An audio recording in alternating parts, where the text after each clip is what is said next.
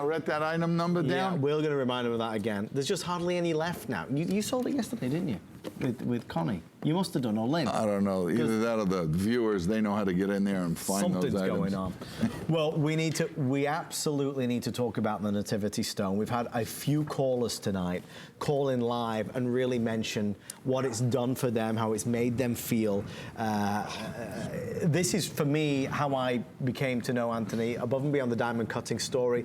It was going back all those years and understanding what Anthony had brought to the network. Because what you did, and what was the first year that it appeared? Do you recall? The Nativity? Yeah. 1999. So 1999.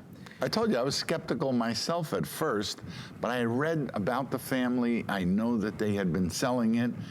And then when the Vatican, well, the Cardinal of Bishops, that's the same Cardinal of Bishops that votes on who's the Pope, had to vote. Do we sanction this stone? And because of where it came from, they had to say yes. Okay, so let's rewind. We have some beautiful video we're going to show you and some spectacular images.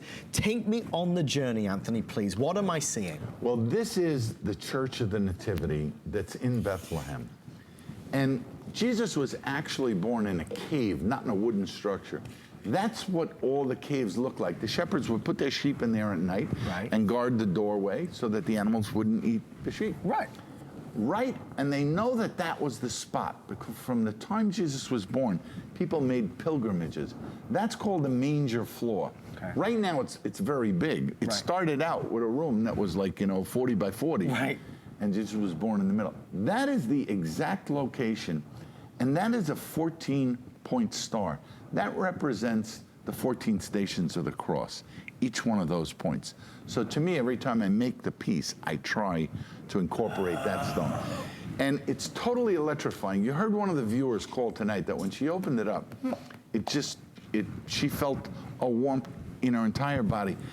When you walk in that church, and many of you may never get a chance to go there because one, it costs a lot, and two, it's very dangerous, with everything that's going on, and you have to walk down the Via della Rosa, which is the actual path that Jesus took when he carried the cross. And you've been there? I've been, yeah. It's electrifying. And when you see all that, and you recognize that this stone was excavated within 20 feet of where Jesus was born, all of a sudden, nothing really you couldn't offer me a shirt, a t-shirt, a ring, nothing. I only want a piece that has a nativity stone. And I know because I have given away more of this cross right off of my neck than any single piece of jewelry. I bet. On the reverse side, it says, "Seal my soul as your own, so that the reflection in me may be a light for all to see." Amen. And what that means is that when you walk with Christ, you have a glow. You have a certain smile on your face, your willingness to share. And this cross, the most humbling testimonial I ever got was from a woman who lost her mother and her sister. And the same way that Claire said before, that her brother held a stone during the funeral, this woman said, that cross got me through the most difficult month of my life. And if you read, this has, 125 testimonies. And once a year I try to read as many of them as I can. But I could tell you, it's very hard to read them without breaking out into tears. Because when you see what people have to say, I can only tell you, as a jeweler, this to me, and this one represents the 20 years. Because the cross is a little bit different than the original. I noticed. The bale is a little bit bigger than the original. You can see. I improved the lettering. The basic design is the same. But when you see it in person, I was with Anthony Sullivan today. And I showed him the Oxyman, this piece. And when he looked at it, he said, wow, what quality. Because as a jeweler, stainless to me was the answer to my prayers, because it doesn't tarnish, it doesn't wear. The shine that I put on it lasts you forever. You combine that with the Nativity Stone. I mean, this is a win-win for everybody, because now you have something that you will cherish for the rest of your life.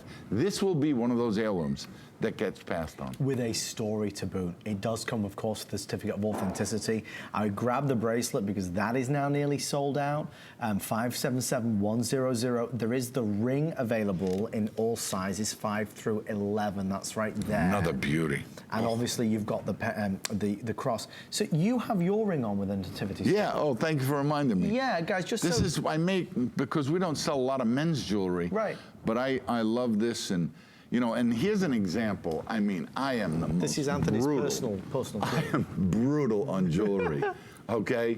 You know, and as I said to you before, why is it so hard to make gold?